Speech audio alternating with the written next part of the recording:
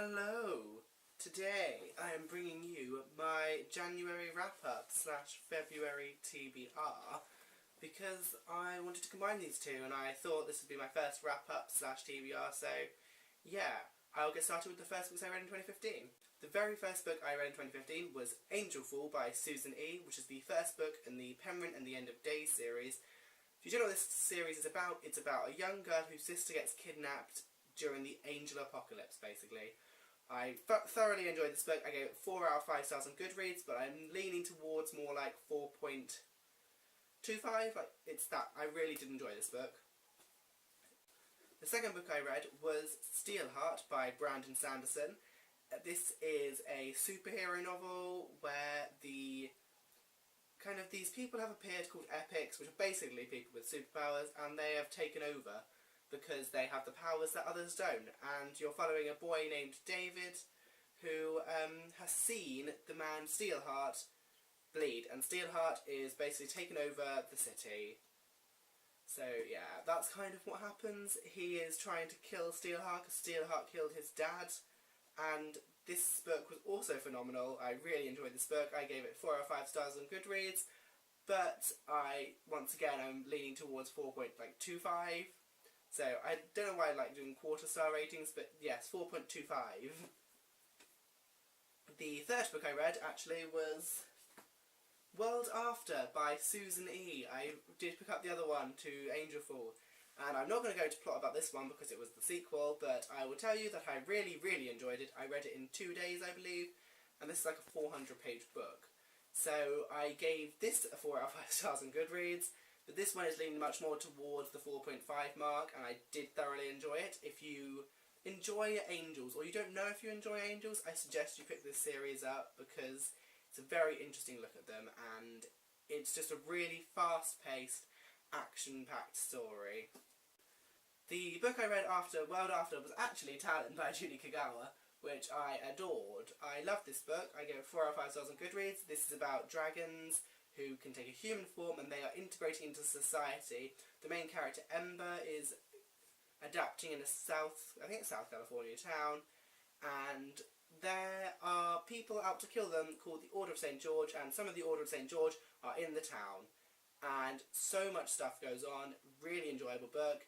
There was one downside to it, which was a character that is introduced probably quite near the beginning, and then he becomes kind of recurring. Yes, it's a he, and I don't like him, and I didn't like what he added to the story, because I felt it added very, very little. But yeah, I did enjoy this book. I gave it 4 out of 5 stars, but this one probably is just a solid 4.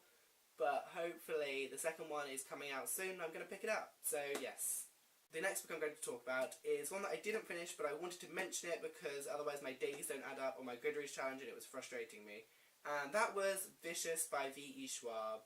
This story is about 2 guys who get superpowers, and one is trying to kill the other. That's about as far as I got. I stopped reading. I didn't enjoy this book, so yeah, I know a lot of people did, and in my opinion, it just wasn't what I really wanted from a superhero book.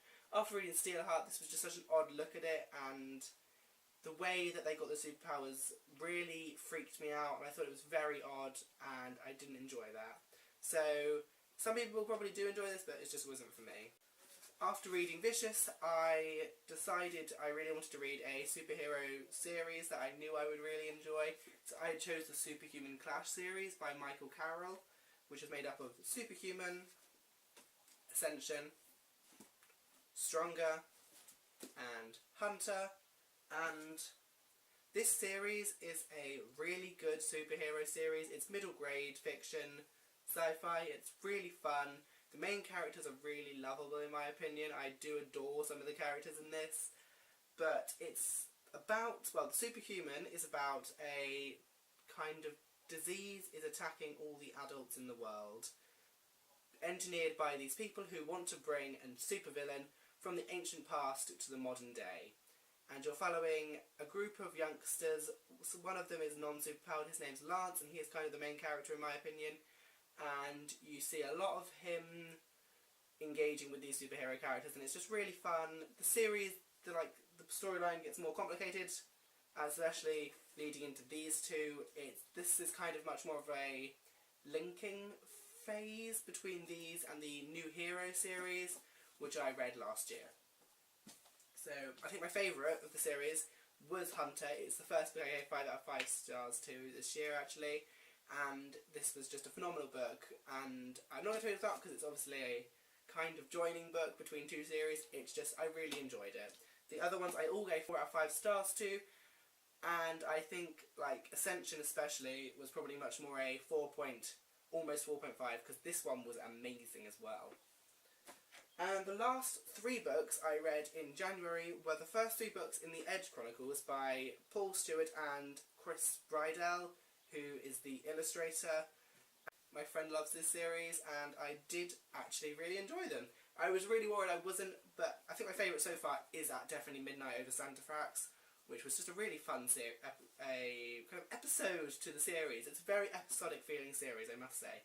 But the first 3 books make up the Twig trilogy, made up of Beyond the Deep Woods, which you can't see, Storm Chaser, and then Midnight Over Sanctifrax. The storyline is that's probably where it let me down a bit. The storyline in the first one is just that Twig is told by his mum, his adopted mum, you need to leave, basically, and that's kind of what happens, and the next 2 deal with him finding himself.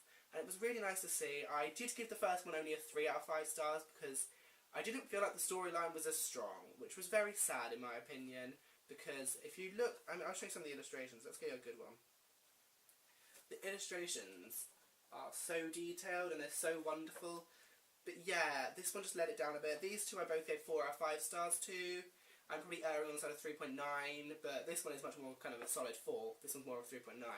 But yeah, they were very good, and I am continuing with the series, which brings me on to my February TBR. There are a group of books this month that I will be reading, and if you can't guess, I will be completing the Edge Chronicles this month, which is a lot of books. The first of which is this massive bind-up of the Rook trilogy, and it's got 3 books in it, and I can't remember their names. Where are they? The Last of the Sky Pirates, Vox and Freeglader, and it is a mammoth book. I have started it. I started it yesterday. I'm about 197 pages through, but it's got 1,100 pages, and it's a very daunting task, I'm not going to lie. It's a big book. But yes, I will be continuing on, and I'm not going to tell you the plot because this is the sequel, technically, to the Twig trilogy, so yes, that's that one. I will then be going on to the Quint trilogy, which is the prequel series made up of The Winter Knights. I haven't read the titles of these very much. The Curse of the Gloamgozer, and then Clash of the Sky Galleons. So I'll be reading those 3, and then I'll be reading The Lost Bark Scrolls, which is a collection of short stories set in the same universe as the Edge Chronicles, and then I will finally be reading The Immortals, which is the final installment to the Edge Chronicles. And I don't have anything planned after this, but I don't know what I'll put on the end yet. But there will be something else that I read, and you will see it in my February wrap-up. So that's that. Goodbye.